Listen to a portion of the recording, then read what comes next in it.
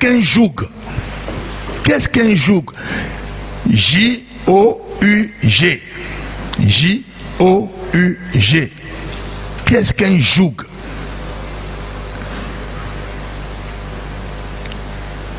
Alors, si vous voulez, on peut lire Lévitique 26, verset 13. Je suis l'Éternel, votre Dieu, qui vous ai fait sortir du pays d'Égypte, qui vous ai tiré de la servitude. J'ai brisé les liens de votre joug et je vous ai fait marcher la tête levée. Amen. Vous voyez ce que Dieu a fait avant de faire sortir le peuple de Dieu de l'Égypte. Il a fait beaucoup de choses dans le spirituel avant qu'il ne sorte. Donc il y a des choses que tu dois faire dans le spirituel pour que le joug, j'allais dire l'échec, le non-accomplissement, la pauvreté, tout ça soit mis fin dans ta vie. Alors on revient donc à notre question. Qu'est-ce qu'un joug? Un joug est une pièce de bois qui enferme et le cou et les poignets de l'esclave.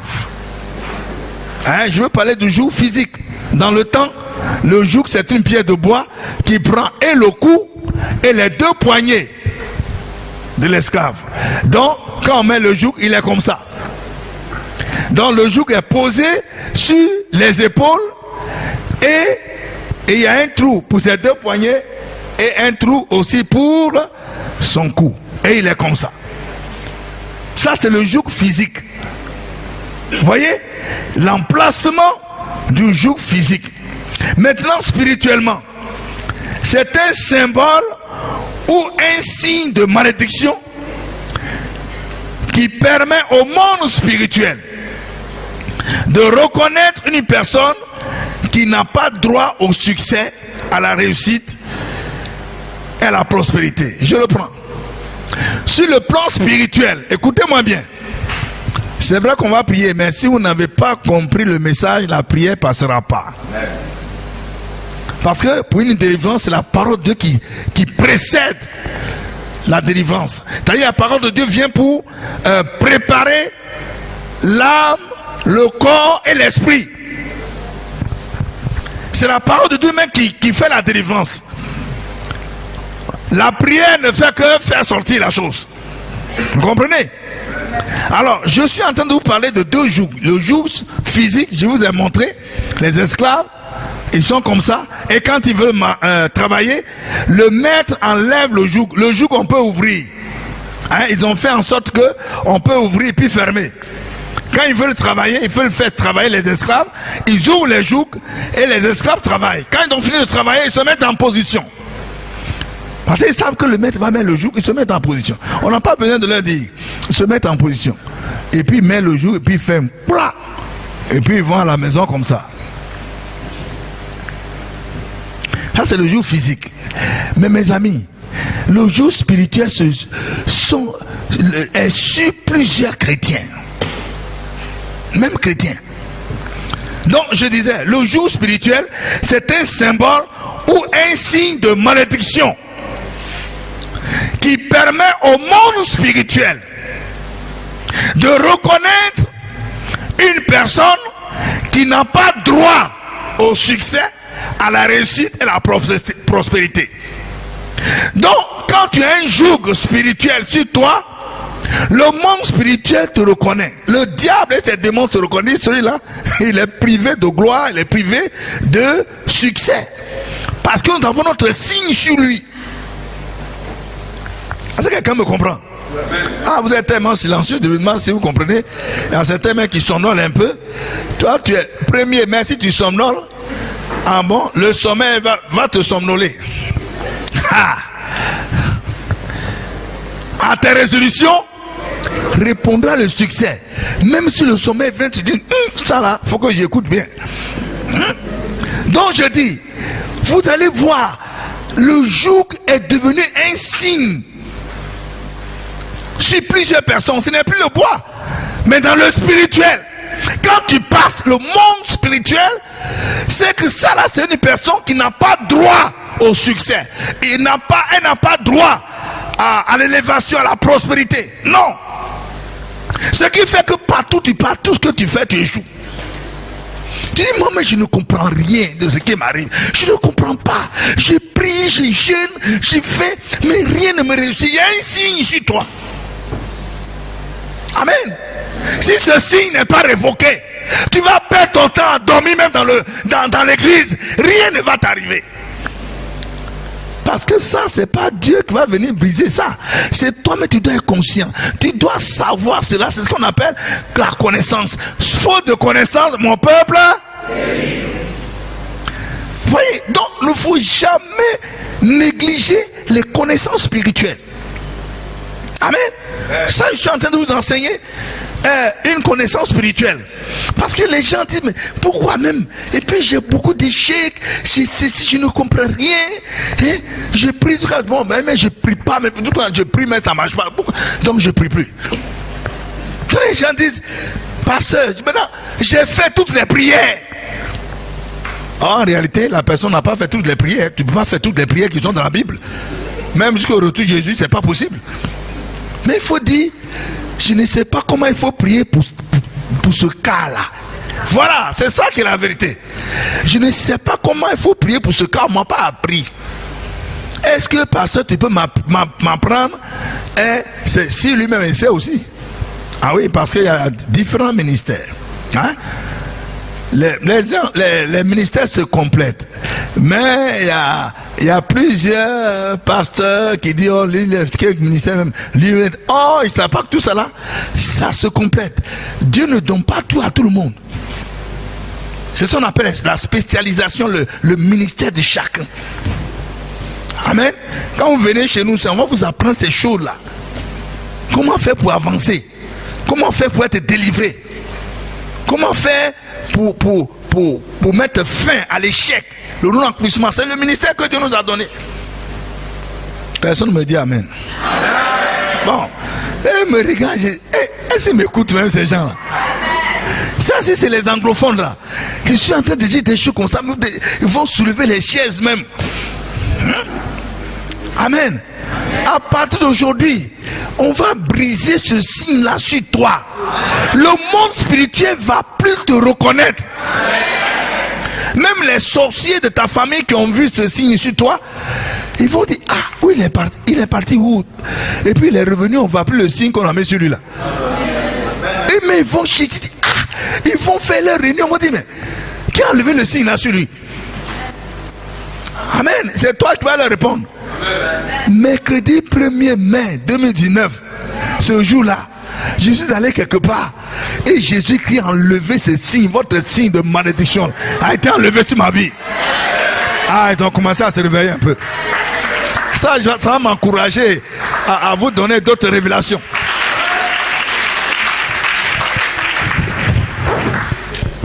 Amen. C'est ce signe-là que Dieu a enlevé sur la vie des Israélites en Égypte. Ce qu'on vient de lire là. Et il dit, je suis l'Éternel votre Dieu qui vous a fait sortir du pays d'Égypte. Mais avant de vous faire sortir du pays d'Égypte, qu'est-ce qu'il a fait? Il dit, qui vous a tiré de la servitude. Oh, la servitude c'est l'esclavage. Oh, il y a beaucoup de travailleurs qui sont esclaves. C'est-à-dire, ils travaillent, mais ne peut pas jouir de l'argent qu'ils gagnent. Ils ne savent même pas où passe l'argent. Ça, c'est un travailleur esclave. Il n'aime pas encore tirer de la servitude. Il dit, je vous ai tiré de la servitude, j'ai brisé les liens de votre joug. Mes amis, on ne peut pas faire sortir quelqu'un de la servitude, de la pauvreté, si le jour de pauvreté n'est pas brisé sur lui. Si le jour de servitude n'est pas brisé sur lui, il ne peut pas. Il ne peut pas. Amen. Et il dit, je vous ai fait marcher la tête levée. Mes amis, tu ne peux pas marcher la tête levée si tu es pauvre. Si tu ne réussis à rien, tu ne peux pas marcher la tête levée. Toi, tu marches comme ça. Parce que où les gens se rassemblent pour parler là, toi tu n'as pas, on ne connaît pas ton nom là-bas. Tu n'as pas l'argent. Mes amis, la Bible dit l'argent répond à tout. Or pour avoir l'argent, il faut te délivrer de ce joug, ce signe que les gens ont mis sur toi. Amen. Il faut être délivré de cela. Celui qui dit que l'argent n'est pas bon là, à l'église, quelqu'un qui prêche ça, sort de cette église-là. Si on n'a pas l'argent, comment tu vas faire pour faire offrande? Hein? Il faut qu'on te montre comment tu vas te prospérer. Amen. L'argent répond en tout. Mais il ne faut pas que l'argent devienne, tu deviens esclave de l'argent. Il ne faut pas que l'argent devienne une idole pour toi. Non. Sinon l'argent est bon. Amen. Si nous on avait l'argent, on allait acheter ce coin-là depuis, on a cassé. Nous sommes à notre... On a fait 5 ans ici, non? On est arrivé à 2014. Ça fait 15 ans, 5 ans on est ici. On n'a même pas eu cet argent-là encore. Hein? Amen. Si vous êtes délivré, chacun peut donner ici. Une seule personne peut donner 150 millions. Ici, il y a un chic et puis il nous jette ça. Nous, on ramasse. Amen. Mais s'il ne donne pas main à main, il jette. Ça nous suffit, nous on prend. Amen. Mes amis, les gens se moquent des chrétiens. Ils disent les gens qui ont été des pauvres dans l'église. Nous, on demande à Dieu de changer ça. Il faut qu'eux soient pauvres, ils soient appauvris, que nous soyons enrichis. Amen. C'est ça qui est la vérité. Donc, mes amis, il faut que ce signe-là soit ôté. Mais qu'est-ce qui a permis à Satan de mettre des jougs sur la vie de certaines personnes? Mais mes amis, il existe des pratiques dans nos familles qui ouvrent les portes à Satan et à ces démons de mettre des jougs sur nous. Certaines pratiques dans nos familles. Vous avez les premières pratiques, c'est sorcellerie. Sorcellerie, mysticisme, occultisme. Tout ce qui est sorcellerie là, ça envoie une malédiction dans la famille.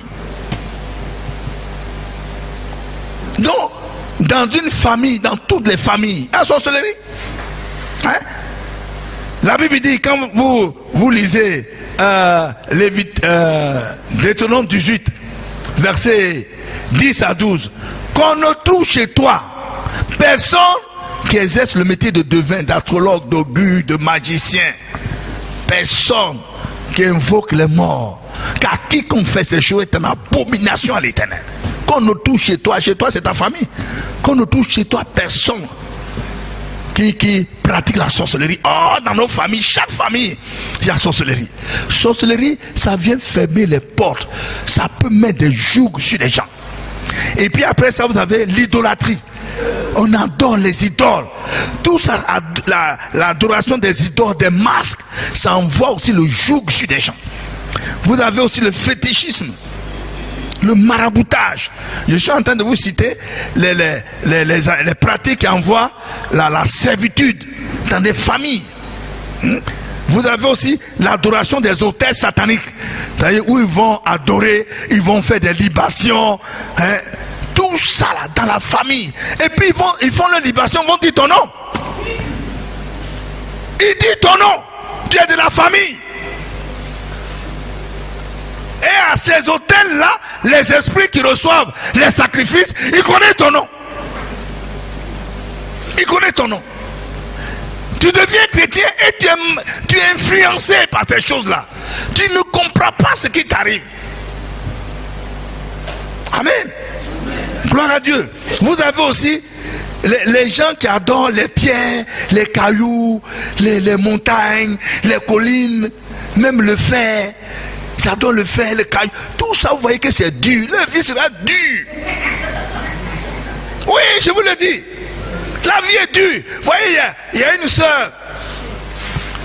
Elle a ses enfants. Ses enfants sont très intelligents. Mais quand ils arrivent au classe d'examen, ils échouent. Et les enseignants sont étonnés. Mais comment se fait que ces enfants-là, quelqu'un qui est premier, deuxième, troisième, il arrive en classe d'examen, il échoue. Et c'est pas une fois, c'est pas deux fois. Alors un jour la sœur m'a enseigné, elle m'a écouté, enseigné sur le livre qui me roulera la pierre. Elle dit, je comprends ce qui arrive à mes enfants. Et je dis, mais qu'est-ce que tu as compris? Il dit, ma mère à moi, chaque matin à 5 heures du matin, elle se lève, elle s'assoit devant la porte, Elle a des pierres. Et puis elle parle aux pierres. Elle adore les pierres.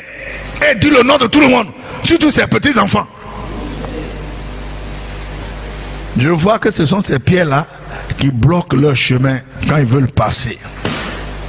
Or, vous savez, les examens, ça fait passer à une autre étape des études. C'est là que la pierre les bloque. Gloire à Dieu.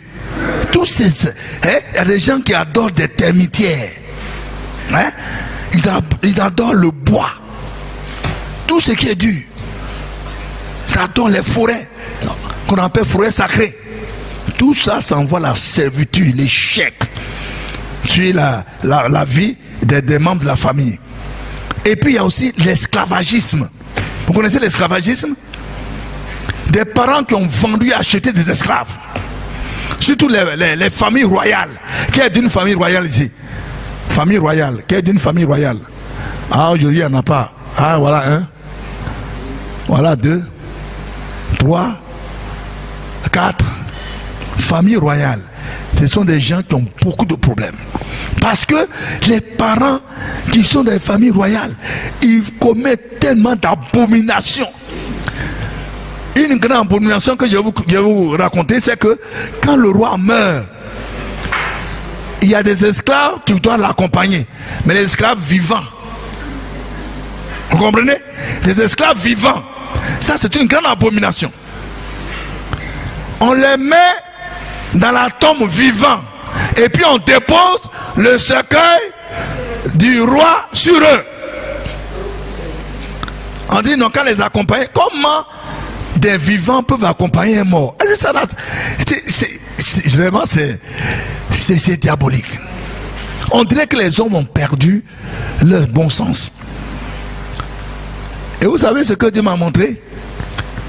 Quand on met la terre pour enfermer la tombe, le Seigneur m'a dit tous les gémissements de ces esclaves-là envoient la malédiction sur la famille. Sur la famille, la malédiction. Vous allez voir, tous ceux qui viennent des familles royales ont des problèmes, hein? Beaucoup de problèmes. Peut-être vous n'avez pas de problème. Beaucoup de problèmes. Souvent même tu ne sais même pas d'où ça vient. Mais tes parents ont commis des abominations. Amen. Des gens qui ont commis beaucoup de crimes. Je dis toujours ce témoignage. Une sœur bien, qui peut être mariée, qui peut avoir du travail parce qu'elle a des qualifications, mais rien dans sa vie, rien, alors rien du tout. Elle est passée par tous les gens, on fait les délivrances, on prié pour elle, non, tout cela, rien. Jusqu'à ce qu'elle me rencontre, j'ai dit, tout cela on prié pour toi, et puis il n'y a rien, c'est qu'il y a quelque chose. On a prié d'abord, avant de commencer à parler. J'ai dit, il doit y avoir quelque chose. Si on n'a pas trouvé, regarde dans ta lignée. Est-ce que les gens n'ont pas fait de mauvaises choses? Bon, j'ai commencé à parler comme ça, poussé par l'esprit. Et puis, elle est restée un instant, puis elle dit, ah, on m'a raconté une histoire. J'ai dit, bon, parle de cette histoire, on va voir.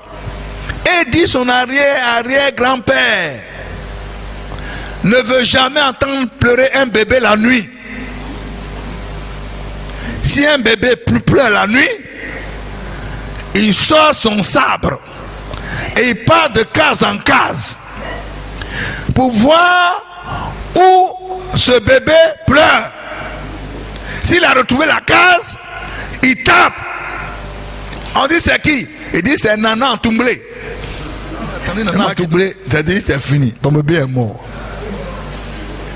Vous n'ouvrez pas, je casse. On dirait les anciens combattants là. Ils cassent, si tu n'as pas ouvert, ils rentrent, ils te retirent le bébé, ils le transpercent, il laisse son cadavre, puis il retourne chez lui pour dormir. C'est son arrière-petit. Quand elle a fini de raconter, l'esprit me dit, c'est dans vos lois là, qu'est-ce qu'on fait de telle personne? Je vous pose aussi la question. Un gars comme Nana Ntoumblé là, on fait quoi actuellement là?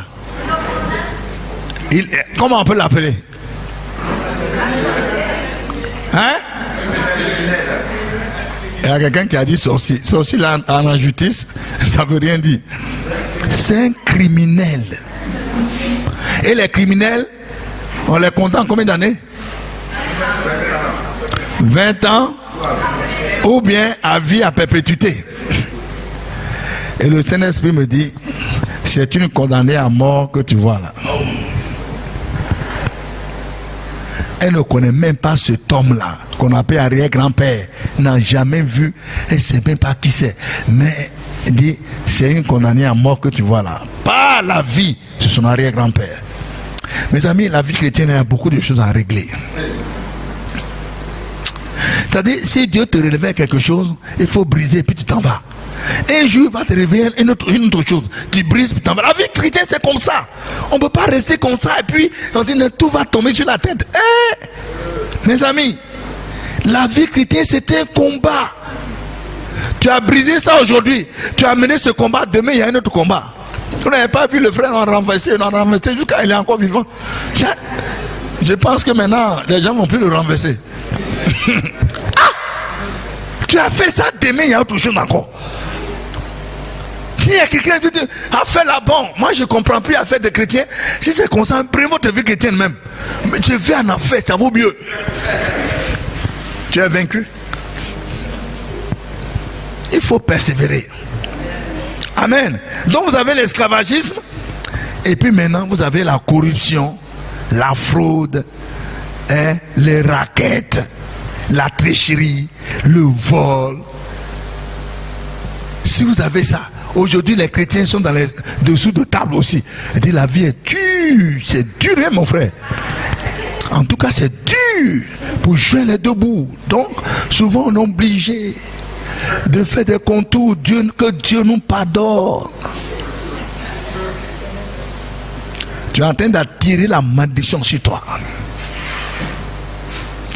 Et les raquettes, hein? Écoutez-moi bien, s'il y a des quoi habillés ici, nous tous, même les fonctionnaires raquettes aussi, hein? Mais c'est connu sur les quoi habillés. Vous regardez les quoi habillés qui font les raquettes, regardez leur famille, regardez leurs enfants. C'est le désastre. Parce qu'il y a une grande malédiction derrière. Souvent même les gens qui donnent l'argent là, ils partent dessus. Ils ne sont pas contents. Dis tu as fait ça. Dis mais je n'ai pas fait. Tu es passé au feu rouge. Tu vas passer au feu rouge. Tu donnes l'argent. Ça déjà ils s'en vont, ils partent dessus, maudit l'argent puis ils donnent. Si on dit que ça là, il veut me prendre l'argent, sinon c'est faux tout ce qu'il dit. Mais ta parole comme sa parole. Lui il a des grâces, toi tu n'as rien. Maudit. Et ça maudit la famille. La pauvreté, l'échec sur ses enfants, ses petits-enfants. Mes amis, c'est tout ça. Est-ce qu'il y a des enfants de quoi habiller ici? Les enfants. Ah. Donc, c'est tout ça. Et puis la dernière chose. L'infidélité dans les dîmes et les offrandes. Ça peut envoyer aussi malédiction sur ta vie. Il y a des gens qui volent les dîmes de Dieu. Donc que la dîme là, ça va faire partie de ton salaire. Si tu as 200 000, il ne faut pas dire que tu as 200 000. Tu as combien? 180 000. Tu n'as pas 200 000. Pourquoi tu dis que tu as 200 000? Donc tu mets pour Dieu là, sur ton salaire. Vous comprenez? C'est-à-dire on fait beaucoup de prières, mais on n'est pas équilibré. Il faut être un chrétien équilibré. Il faut qu'on t'enseigne tout ça. Il y a des gens qui disent, ça fait 4 mois, je n'ai pas donné ma dîme, j'ai pris crédit avec Dieu. J'ai dit, toi tu prends crédit avec Dieu. Tu as pris crédit avec les hommes. Jusqu'à maintenant tu prends crédit avec Dieu. C'est qu'on ne sait pas avec qui va te séparer. Mes amis, ce 1er mai 2019, on voudrait prendre un nouveau départ. C'est pourquoi je dis ces choses, parce qu'on va demander pardon à Dieu. Hein. On va passer un bon temps de repentance avant de mener ces combats-là. Tous ces pratiques de nos parents, nous-mêmes aussi, on a pratiqué un peu avant de devenir chrétien. Hein? Je connais des gens qui ont mangé des têtes de poulet comme moi. Les poulets qu'on a égorgés sur les hôtels là. On a mangé les têtes, non? Hein? Vous avez mangé aussi les têtes comme moi? Ah bon? Donc mes amis, voici ces pratiques qui ouvrent les portes, qui permettent à Satan, à ces démons de mettre des jougs, des signes sur nos vies. Alors je voudrais vous lire, on a beaucoup parlé, mais je voudrais vous lire ce passage là. Regardez Jérémie 2, hein? Jérémie 2, vous allez voir, ça fait le mari et ça fait pitié aussi. Jérémie 2, 27 à 28. J'essaie d'aller un peu plus vite,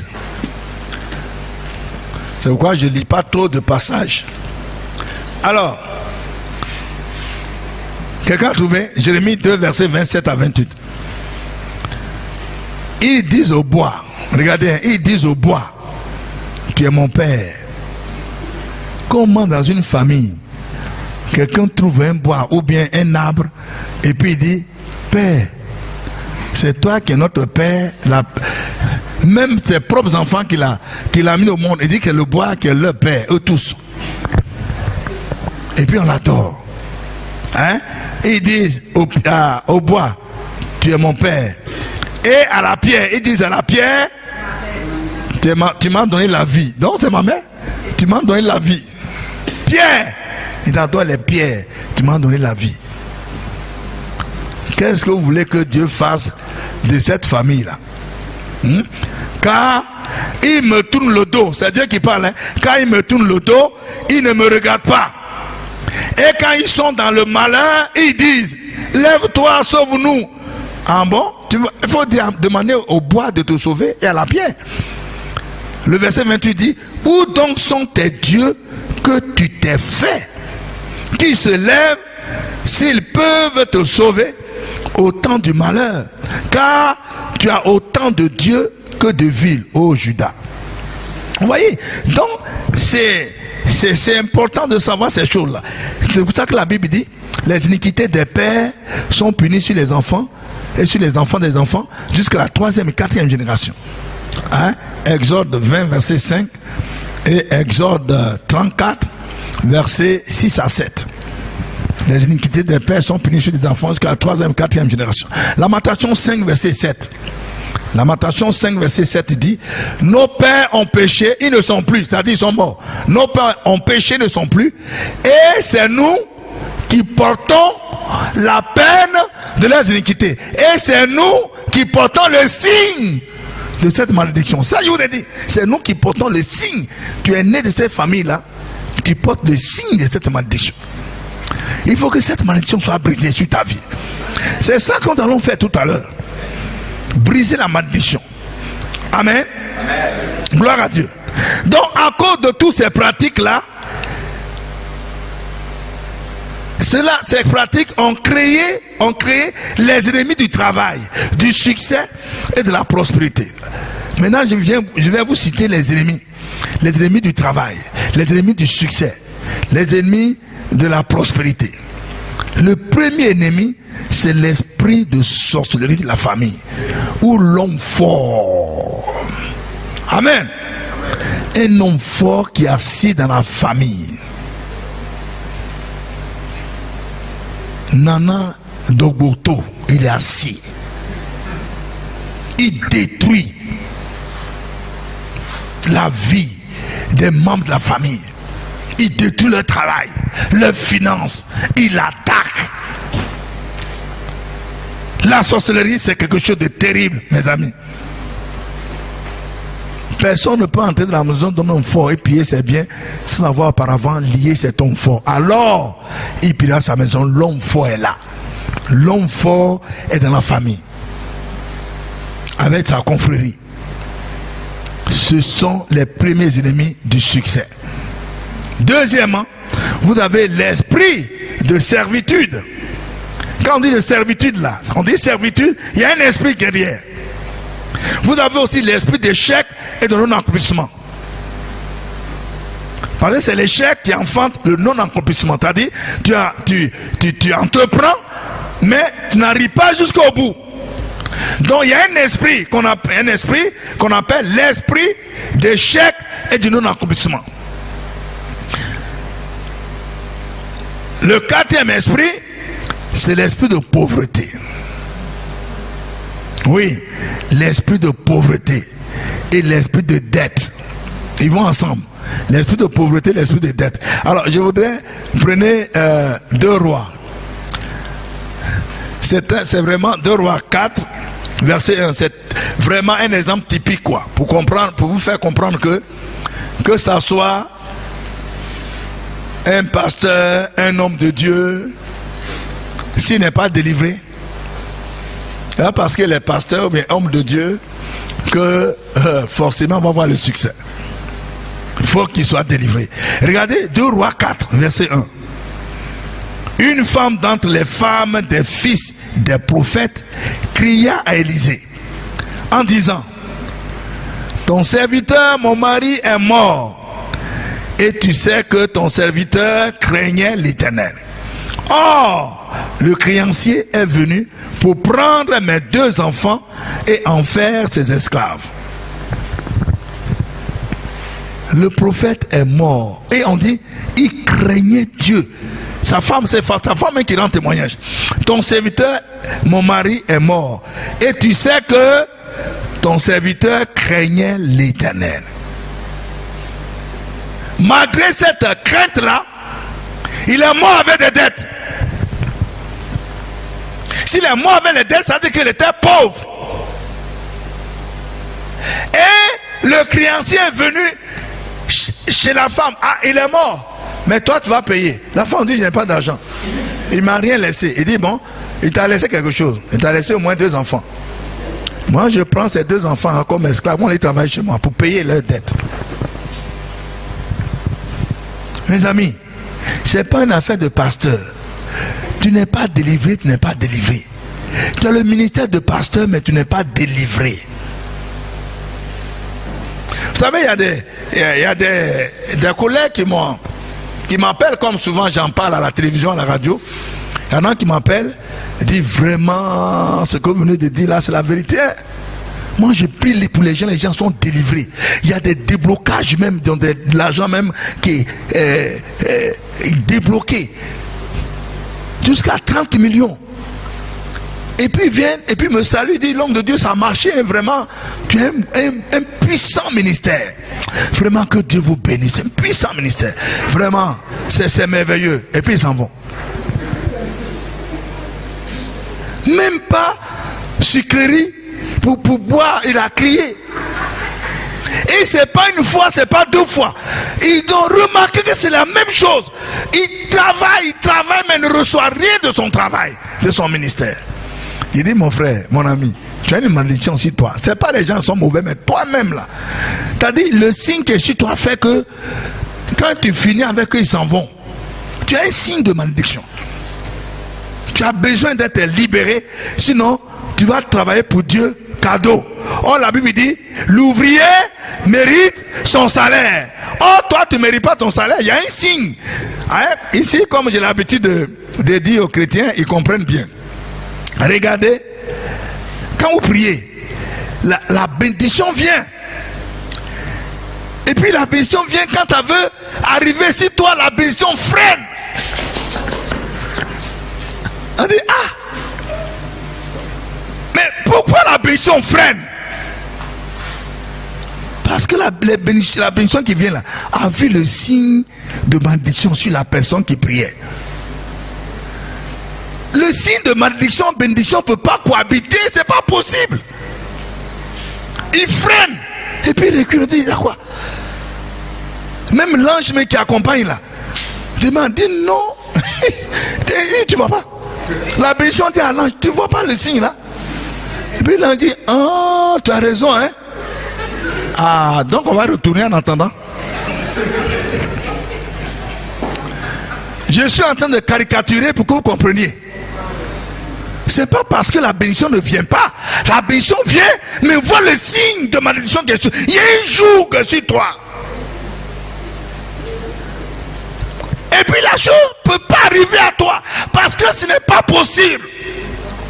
Quelqu'un qui a un signe de malédiction sur lui, il n'a pas droit aux bénédictions. Jusqu'à ce que ce signe soit enlevé. Est-ce que quelqu'un me comprend maintenant? si ce signe n'est pas enlevé, tu vas faire toutes sortes de prières. Les gens vont t'apprécier, dire non, le frère là, la sœur là, non. Quand ils t'exhortent même, toi-même, ton cœur est ouais. Quand il prie pour toi, toi-même, non. Tu vois que vraiment, l'onction est sur lui. Mais dans ta poche, il n'y a rien. Mais l'onction sort de toi seulement. Mais il n'y a rien, tu n'as rien. Quand tu as fini de prier pour les gens, mais pour partir là, pour trouver l'argent de Wororo, c'est qu'il y a quelque chose qui ne va pas. C'est-à-dire, quand tu vois ta vie comme ça, tu dois pouvoir comprendre qu'il y a quelque chose d'anormal. Comment la Bible dit, je souhaite que tu prospères à tous égards et que tu sois en bonne santé comme l'état de ton âme. Ça veut dire quoi? De la manière dont tu sers Dieu avec crainte, avec toutes tes forces. Je souhaite que la bénédiction soit au même niveau que l'œuvre que tu fais pour Dieu. C'est ça que ça veut dire. Oh, tu travailles beaucoup pour Dieu et tu n'as rien. Il y a un problème dans ta vie. C'est pas Dieu qui a un problème, mais toi-même tu as un problème. Quelqu'un va me dire, mais pourquoi Dieu n'enlève pas en même temps? Eh, ça là, il y a ce que Dieu fait et il y a ce que nous-mêmes nous faisons. Il y a ce que les hommes de Dieu font. Regardez, je vais vous donner un exemple. Je vais vers la fin, on va prier. Il y a beaucoup de prières. Tu vas prier tout ce que tu seras fatigué jusqu'au matin pour être délivré. Je termine bientôt. Regarde ce qui s'est passé avec Lazare. Lazare mort, pas le pauvre. Lazare est mort. Jésus vient. Il dit, Lazare sort. C'est une parole prophétique, une parole puissante. Écoutez bien. Lazare, cette parole puissante qui a ramené son esprit n'était pas capable d'enlecouper les bandes, les petites bandes là qui étaient sur son corps. Je vous pose la question. Est-ce que ces paroles ne pouvaient pas enlever les bandes en même temps? Dieu a laissé ça exprès. Il y a ce que Dieu fait et ce que les autres font. Il dit, moi j'ai fait ma part, il est venu de la mort à la vie. Vous continuez, déliez-le et laissez-le aller. Ça veut dire quoi? Ça veut dire qu'il y a ce que Dieu fait. Il y a ce que nous-mêmes devons faire. Il y a ce que les hommes de Dieu peuvent faire pour vous aider. Amen. Gloire à Dieu. Dieu ne fait pas tout, hein? Si Dieu fait tout, tu vas devenir automate. Et puis partout tu passes, tu ramasses. Tu ramasses les bénédictions. Mais ça c'est la magie. Dieu n'est pas un magicien. Amen. Gloire à Dieu. Dieu veut voir ta foi. Il veut voir ta persévérance. Il veut voir ta résolution. Il veut voir est-ce que tu cherches. Amen. Gloire à Dieu. Il dit cherchez, vous trouverez. Frappez et l'on vous ouvrira. Demandez. Donc les chrétiens sont là. Oh, le Seigneur même sait de quoi j'ai besoin. Lui-même sait que tu seras le dernier des chrétiens. Attends, il sait de quoi tu as besoin. Reste là. Non, il y a des chrétiens, mes amis. L'enseignement c'est bon, hein? Parce que si tu n'es pas enseigné, tu deviens comme un mongol dans l'église. Tout ce qu'on dit pour toi, oh non, Jésus a tout accompli. Non, Jésus, non, Dieu ne peut pas m'abandonner. Mais il prie pas, Dieu ne peut pas m'abandonner. Lui-même, il sait que je suis là. Et puis, il rompt. Dieu-même, il sait que je suis là. Seigneur, laisse-moi me reposer. Ha. Mes amis, on a beaucoup de choses à faire. Vous avez l'esprit de pauvreté, l'esprit de dette. Vous avez aussi l'esprit de retard. Vous savez qu'il y a beaucoup de gens qui sont en retard, non? En retard sur leur promotion. En retard sur ce qu'on doit leur donner. Mes amis, Moi, je sais ce que je vous parle, de ce que je vous dis là. J'ai été fonctionnaire, je comprends. Retard. Tu dois passer un examen. Toi-même, tu vois que ça là, ce n'est rien quelque chose que tu... Mais les années passent, 2 ans, 3 ans, on t'a pas encore appelé. C'est un esprit de retard. Tu dois avoir une promotion. Et puis, depuis là, toi-même, tu vois que ça là, ça traîne. Tous ceux qui sont venus te dépassent. Il y a un esprit de retard qui est sur ta vie. Ah, c'est l'un des ennemis de ouais. Vous pouvez lire dans Proverbe 13, verset 12. Je vais vers la fin. Hein. Les gens qui battent jusqu'à j'entends ouah, ouah. Ça vraiment, que Dieu ait pitié de vous, de celui qui baille là. Proverbe 13, verset 12, il dit quoi? Un espoir différé rend le cœur malade. Un espoir différé rend le cœur malade. T'as dit toi-même, tu es sûr, peut-être tu as fait un songe même. Tu sais que ça là, tu passes. Et puis les résultats viennent. Et puis on ne voit pas ton nom. On voit, ça c'est différé. L'esprit de retard a arraché ça, a mis ça quelque part. L'année prochaine encore, tu vas recommencer. Ça, c'est l'esprit de retard. On va combattre l'esprit de retard cette nuit-là. Amen. Gloire à Dieu. Et puis vous avez maintenant l'esprit de chômage et l'esprit de mépris et de rejet. L'esprit de chômage, ça vous connaissez. Mais l'esprit de mépris et de rejet, mes amis, si tu as cet esprit de mépris, de rejet, tes patrons vont jamais te regarder. Quand tu viens, ils te voient, mais ils sont déjà énervés. Tout le monde te méprise. On te critique partout, on dit c'est là même.